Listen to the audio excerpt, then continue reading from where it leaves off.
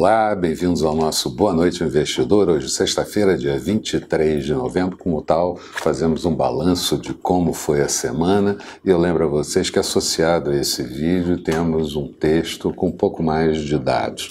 Foi uma semana curta, tanto no mercado local quanto no mercado americano, em função dos feriados ocorridos e depois a famosa liquidação Black Friday.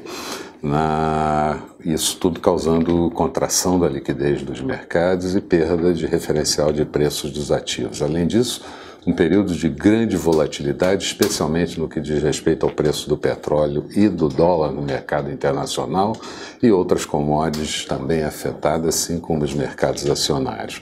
No segmento internacional, o foco esteve sempre concentrado em dois aspectos principais. De um lado, as complicações com o Brexit e outras as pressões com a relação ao orçamento deficitário da Itália, ambos envolvendo a União Europeia. Nesse aspecto, a semana começou ruim e terminou um pouco melhor, pelo menos no que diz respeito ao Brexit, de não acordo e voto de desconfiança na primeira-ministra Theresa May, passamos para um esboço de acordo e a impossibilidade, no momento, de um voto contrário à ministra. Theresa May anunciou um esboço de acordo com a União Europeia, que deve ser avaliado na reunião dos demais 27 membros no final de semana, no domingo, dia 25 de novembro, e que mostra uma condição um pouco mais favorável do que se vinha conversando. May deve esclarecer isso ao parlamento britânico em reunião antes dessa reunião de domingo, e a possibilidade de rejeição acaba sendo bem grande numa reunião que vai ocorrer no parlamento britânico no dia 10 de dezembro. Com relação ao orçamento da Itália, outro motivo de estresse dos investidores, a situação continua complicada, a relutância do governo, do primeiro-ministro Conte, de acatar mudanças no orçamento, a União Europeia recomendando uma ação legal contra, por desrespeito às regras de orçamento para a região, e o vice-primeiro-ministro Di Maio dizendo que poderia acatar algumas mudanças no orçamento desde que feitas pelo parlamento italiano. Essa novela certamente vai ter novos desdobramentos na próxima semana. O período também marcou o quase silêncio do presidente Donald Trump e foi mais proativo ao dizer que um rompimento com a Arábia Saudita provocaria uma forte elevação do preço do petróleo no mercado internacional e aproveitou para agradecer a atuação da Arábia Saudita na redução dos preços do petróleo. Só para se ter uma ideia, no último pregão da semana, o petróleo WTI chegou a estar caindo próximo de 8% no mercado internacional. Já o secretário de Donald Trump, Kudlow, disse que a China gostaria de chegar a um acordo benéfico para ambos os países na área comercial e minimizou os efeitos da política americana sobre o comportamento dos mercados. Na China, o governo segue preocupado com a desaceleração da economia e nessa semana isentou os investidores estrangeiros de impostos sobre ganhos nos mercados de bônus. Ao mesmo tempo, pediu que as instituições financeiras trabalhem no sentido de trocar dívida por capitalização das empresas, reduzindo o grau de endividamento. Lembramos ainda que a OCDE, a Organização para a Cooperação e Desenvolvimento Econômico, reduziu as suas expectativas de crescimento global de 3,7% para 3,5% no que diz respeito ao ano de 2019 e também falou sobre a elevação da taxa de juros americana, que no final de 2019, segundo a OCDE, deve estar entre 3,25% e 3,5%. Isso tudo fica por conta do pessimismo sob tensões na área comercial e turbulência em países emergentes. Para o Brasil, a OCDE também reduziu a expectativa de crescimento de 2,5% para 2,1% no ano de 2019. Também tivemos indicadores de conjuntura sendo anunciados nos Estados Unidos. A construção de novas residências cresceu 1,5% no mês de outubro e novas permissões em queda de 0,6%. A confiança do consumidor de Michigan caiu para 97,5 pontos, mas ainda permanece alta e as encomendas de bens duráveis encolheram 4,4% em outubro, de previsão de encolhimento de 2,6%. Com bens duráveis fracos, como apresentado, a expectativa de crescimento do PIB para o quarto trimestre encolhe de 3,5%, que era como vinha girando no terceiro trimestre, para 2,5%. No cenário local, o lado político seguiu comandando a avaliação dos investidores, Bolsonaro convidando novos membros para a sua equipe, descartando alguns outros. Já são 10 ministros convidados a integrar o governo. Também muito se falou e discutiu sobre cessão onerosa e distribuição para estados e municípios de parte desse resultado e também do pré-sal com o Fundo Social. Mas nada ainda resolvido. O governo diz também para não mexer muito no regime de partilha antes da votação da cessão onerosa, que de fato está marcada para a próxima semana.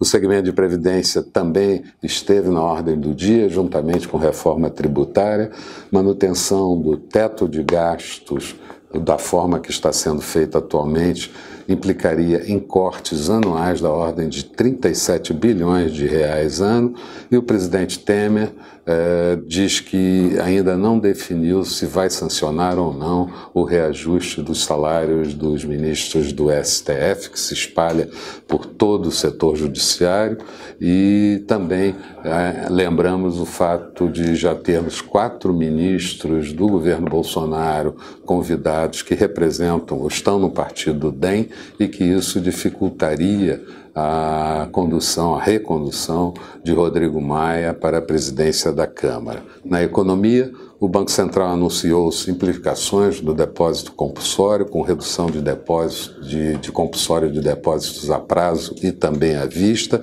e tivemos a divulgação do saldo da balança comercial até a terceira semana do mês de novembro, acumulando no ano 52,2 bilhões de dólares de superávit.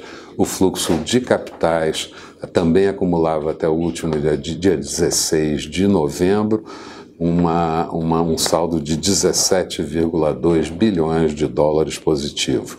O IBGE também anunciou a divulgação da inflação, da prévia da inflação oficial, medida pelo IPCA 15, desacelerando para 0,19, vindo de 0,58%, e mostrando no acumulado do ano, uma inflação de 4,03% e em 12 meses 4,39%, abaixo, portanto, do centro da meta de inflação. A queda do petróleo contribuiu bastante para esse indicador em desaceleração e o IPCA do mês de novembro pode até apresentar alguma deflação. No mercado, destaque para o petróleo, claramente, o dólar também ficando mais forte no início da semana e enfraquecendo um pouco mais no final da semana, e muita volatilidade nos mercados acionários, especialmente por conta dos feriados e do petróleo. O período também embutiu o vencimento do mercado de opções para o prazo novembro, um volume de exercício de 6,5 bilhões de reais, e no que diz respeito ao volume de recursos de investidores estrangeiros na Bovespa, até o dia 21 de novembro tinham saído 3,3 bilhões de reais, e no ano a saída de recursos líquidos já está em 9,27%. 9,27 bilhões, perdão. No que diz respeito ao resumo da semana, a Bovespa, faltando ainda o call de encerramento, mostrava uma queda de 2,71 na semana. No último dia, uma queda de 1,56%, com o índice em 86.114 pontos. O Dow Jones na semana registrou queda de 4,43%, Nasdaq em queda de 4,25%. O dólar teve uma valorização na semana de 2,30%, moeda americana cotada a R$ 3,82. Falando um pouco de perspectivas para o próximo período, a semana promete ser intensa em termos de movimentação no mercado internacional e também local. Durante o final de semana teremos a reunião, como eu disse, da União Europeia para discutir o esboço de Brexit e também vamos ter ainda todos os problemas relacionados ao orçamento da Itália. A situação semelhante no que tange à divulgação do acordo que pode acontecer entre Donald Trump e Xi Jinping, que ocorre no próximo dia 30, por ocasião da reunião do G20 que acontece na Argentina. E isso pode ser um bom momento para distensionar um pouco o quadro geral do mercado internacional. Por aqui também devemos ter novidades advindas da equipe de transição de Bolsonaro, principalmente no que tange a temas prioritários, já que boa parte da equipe econômica já está montada. É preciso aprofundar discussões sobre previdência, sobre reforma tributária, além de constatar se o projeto de cessão onerosa será mesmo votado na semana que vem, como está previsto para a próxima terça-feira. E, finalmente, como ficará essa distribuição da cessão onerosa entre estados e municípios. Isso sem contar com outros problemas relacionados à percepção dos investidores de desaceleração da economia global, e por aqui também não é diferente. Do ponto de vista da análise técnica, seria possível conseguir superar a marca dos 88.600 pontos e buscar o objetivo próximo de 90.000 pontos do índice Bovespa, mas para que isso acontecesse seria preciso o ingresso de fluxo de recursos de investidores estrangeiros no mercado local, eles que já tiraram quase 10 bilhões nesse ano liquidamente.